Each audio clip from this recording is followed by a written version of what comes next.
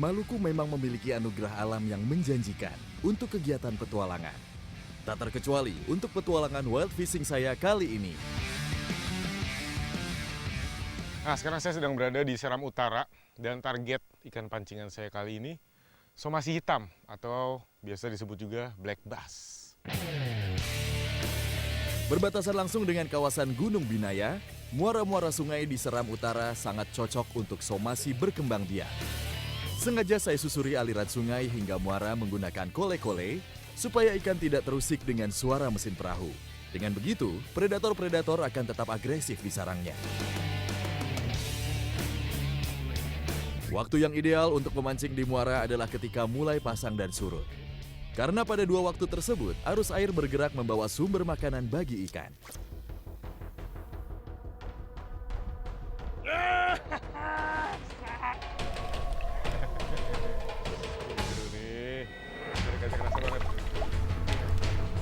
Sip! Oh, GT, pantesan.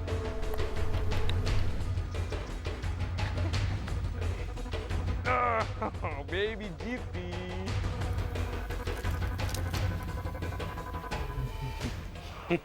Baby giant trevally. Nah, emang yang namanya top predator, mau umpan atas, umpan tengah, atau umpan bawah, pasti tetap akan disambar. Dan baby GT ini emang kalau air sedang pasang seperti ini, biasanya berlindung di daerah seperti muara sekitar kayak gini. Karena dia mencari mangsa dan perlindungan dari predator yang lebih besar juga di tempat-tempat seperti ini, lebih aman. Giant trevally atau biasa disebut bobara oleh masyarakat lokal memang tak pernah takut untuk menyambar umpan. Sebagai ikan target pemancing, giant trevally memiliki agresivitas dan kekuatan tinggi saat melawan. Biasa hidup bergerombol, ikan satu ini termasuk dalam predator teritorial.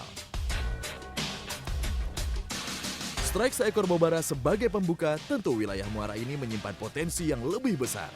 Spot-spot berupa batang, ranting, dan tempat-tempat rindang adalah sasaran lemparan umpan saya. Strike!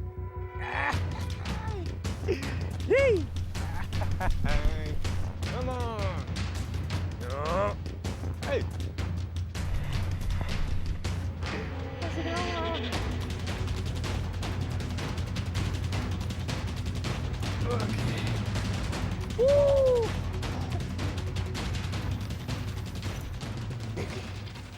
Baramundi. Nah, baramundi ini termasuk ikan freshwater yang dagingnya paling enak. Dan biasanya kalau ada ukuran 5 kilo ke atas, gelembung udaranya juga diambil untuk dijual lagi karena bisa dijual dengan harga yang cukup mahal. Kalau fishing, keren banget. Gelembung ikan adalah salah satu organ dalam perut yang membuat ikan stabil di air meski sedang tidur. Sebagai salah satu predator muara, rahang baramundi berisi gigi-gigi halus untuk mencengkram mangsa. Selain daging, keistimewaan kakap putih saat dipancing adalah kelincahannya. Bisa berenang cepat untuk masuk sarang dan sanggup melompat ke permukaan air.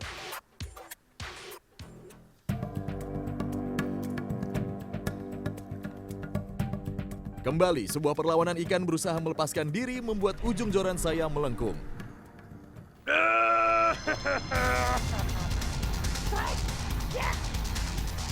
Kole-kole ini untuk perahu. Ayo. Ah, baby GT. Jangan sampai mati baby GT. Baby GT. Oh, ini harus cepat-cepat dilepasin. Karena emang pertumbuhan baby GT ini lamban sekali. Setahun ini biasanya 3-5 cm itu masih dapat. Tapi kalau udah di atas 7 kilo, itu setahun hanya bisa 1 cm. Masih tergolong anakan, tapi sensasi tenaganya menggunakan piranti ringan membuat adrenalin naik. Inilah predator teritorial muara dan wilayah perairan Karangdangkal. Saat masih anakan, daging giant trevally aman dikonsumsi. Tapi ketika sudah di atas 10 kg, ada kandungan racun ciguatoksin dalam dagingnya. Jika dikonsumsi rutin, efek negatifnya adalah kelumpuhan total. Jadi emang kalau namanya mancing, kita bisa memilih ikan target dan spot lokasi untuk kita mancing di mana. Tapi kita nggak bisa milih ikan apa yang akan menyambar umpan kita. Jadi BPGT tadi udah lumayan buat saya. Kalau fishing, keren banget.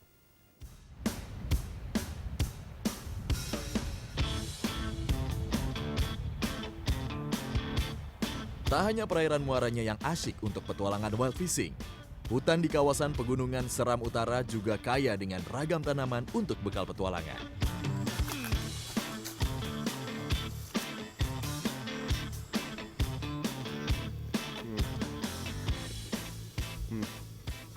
Ini dia buah yang saya cari tadi. Namu-namu di sini sebutnya. Namu-namu ini kurang lebih rasanya seperti jambu air, jadi agak sedikit asam, tapi ada manisnya.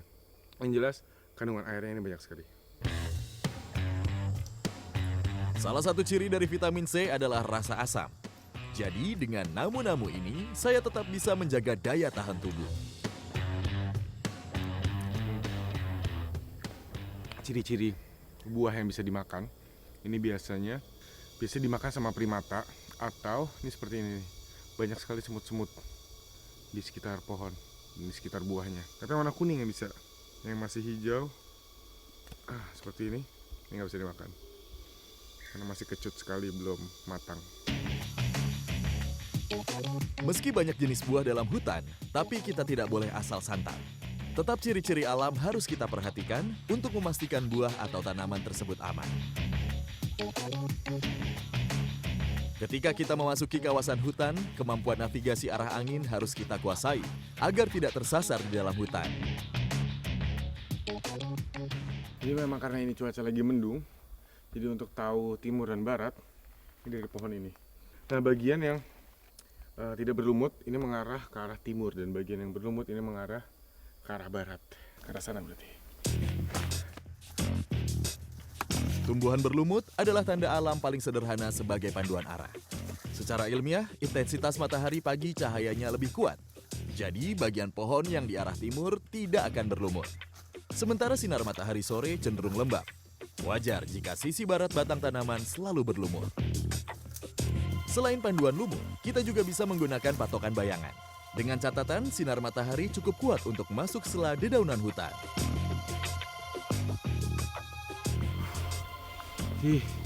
Karena memang perjalanan menuju ke arah sungai ini sedikit jauh dan udara di sekitar sini lembab sekali, jadi memang mudah sekali terasa capek dan tenaga cukup terkuras. Jadi istirahat sebentar.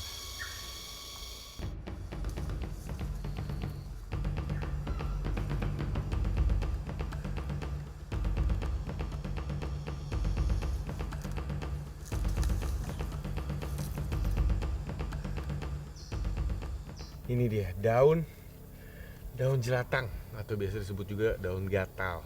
Nah, ini dipercaya sama masyarakat Maluku, ini bisa menghilangkan pegal-pegal dan rasa capek. Sensasi awal saat kena serabut jelatang sangat mengagetkan. Perpaduan rasa antara digigit serangga dengan sengatan bara api. Serabut gatal daun jelatang justru terdapat pada bagian bawah daun. Serabut tersebut memiliki fungsi sebagai pertahanan jelatang dari serangan ulat-ulat daun.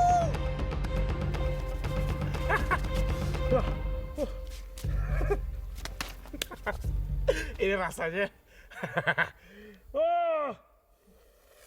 ini rasanya kayak digigit semut. Jadi awal pas kena ini kayak ditusuk-tusuk sama semut, digigit-gigitin.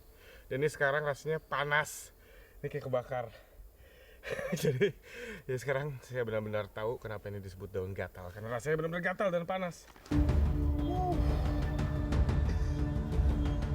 Begitu serabut bersentuhan dengan kulit, kita akan menikmati rasa gatal dan pedih pada menit pertama. Setelah itu justru rasa hangatlah yang kita rasa. Maka tak heran jika daun satu ini juga disebut daun capek.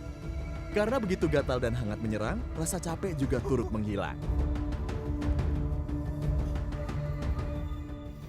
Nah, ini dia. Ini efek dari daun jelatang tadi, bentol-bentol merah. Tapi ini akan hilang. Ini bersifat sementara aja. Nggak sampai 1 jam juga akan hilang. Yang tersisa, ini tinggal rasa hangat di betis dan segarnya ini masih kerasa banget pasti.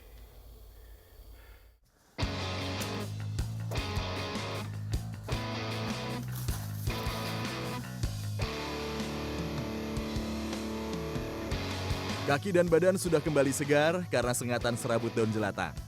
Lanjut perjalanan ke sungai mumpung hari masih cerah. Tidak salah pilihan saya memilih jalur hutan untuk menuju sungai. Begitu banyak hasil hutan yang bisa saya manfaatkan untuk memulihkan tenaga. Ini saya cari Galoba di sini sebutnya. Ini kurang lebih seperti jantung pisang.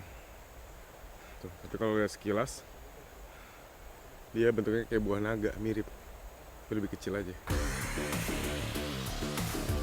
Termasuk anggota jahe-jahean, galoba atau pining bawang juga bisa menjadi makanan alternatif saat kita kehausan dalam hutan. Kandungan airnya cukup tinggi, jadi cocok untuk menyegarkan tenggorokan. Yang ini belum terlalu matang, jadi warnanya pun masih putih. Karena kalau yang sudah matang, warnanya akan ada bintik-bintik hitamnya seperti buah naga. Dan rasanya akan sedikit manis. Kalau ini hanya asam aja yang kerasa. Buah tanaman yang tumbuh bergerombol ini bisa dimakan langsung. Termasuk tumbuhan perintis, galoba tidak bisa tumbuh di lokasi yang kadar humusnya rendah. Rasa asam ini emang memberi kesegaran tersendiri. Langsung semangat lagi saya. Udah cukup, terus juga udah keisi. Saya akan melanjutkan perjalanan saya. Mau fishing, keren.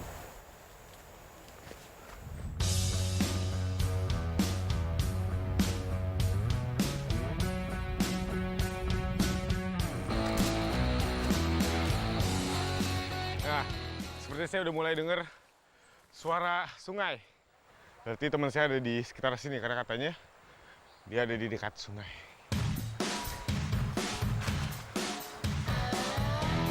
Meski aliran sungai ini cukup kecil, tapi sangat bermanfaat bagi masyarakat Masihulan. Tak heran, masyarakat juga sering ke sini mencari salah satu penghuni sungai ini untuk dijadikan laut.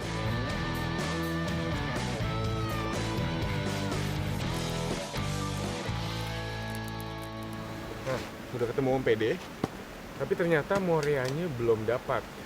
Jadi sekarang saya sama Om PD akan berangkat menyusuri sungai untuk cari morea. Sementara ibu-ibu ini udah mempersiapkan ubinya.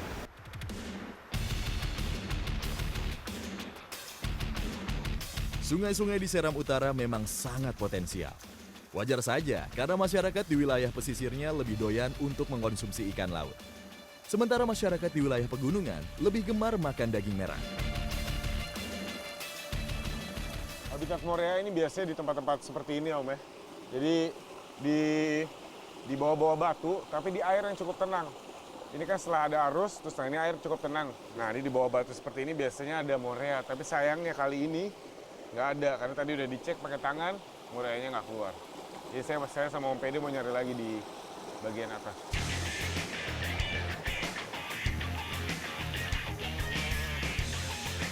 Kalalesu adalah teknik mencari morea secara tradisional dengan tangguk rotan seperti ini.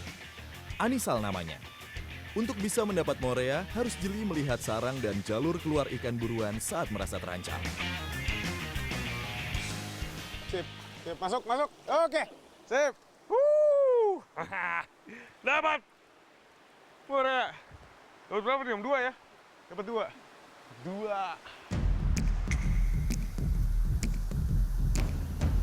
Bagian depan anisal yang besar dan lentur memungkinkan untuk mengurai celah saat ditempelkan ke batu sarang ikan. Bentuknya yang mengerucut akan membuat ikan terperangkap di sudut dan susah untuk keluar. Jadi penempatan anisal atau tangguk morea ini penting karena harus berada di pintu keluar sarang. Supaya nanti begitu morea merasa terganggu, karena kita obok-obok kan, karena kita ganggu sarangnya, dia akan keluar sarang dan akan langsung masuk ke dalam anisal ini.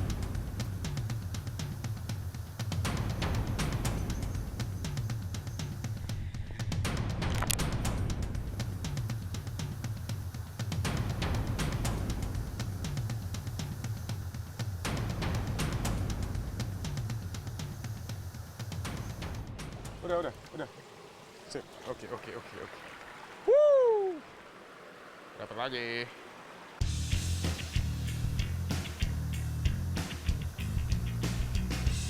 Kalalesu merupakan teknik mencari ikan tradisional ramah lingkungan warisan nenek moyang masyarakat Seram.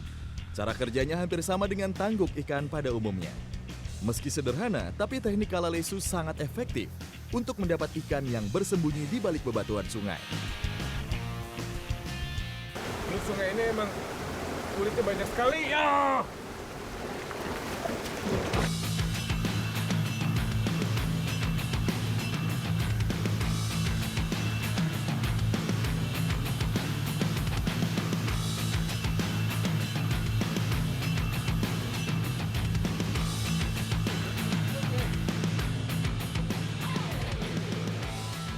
Dia emang licin karena kandungan lendir yang di badannya ini banyak sekali. Jadi kalau untuk megang, ini harus mengikuti gerakan kemana belut ini mengarah. Tangannya mengikuti. Jangan dipaksa, karena kalaupun makin kenceng genggamannya, dia akan semakin mudah lepas. Dia harus seperti ini tuh.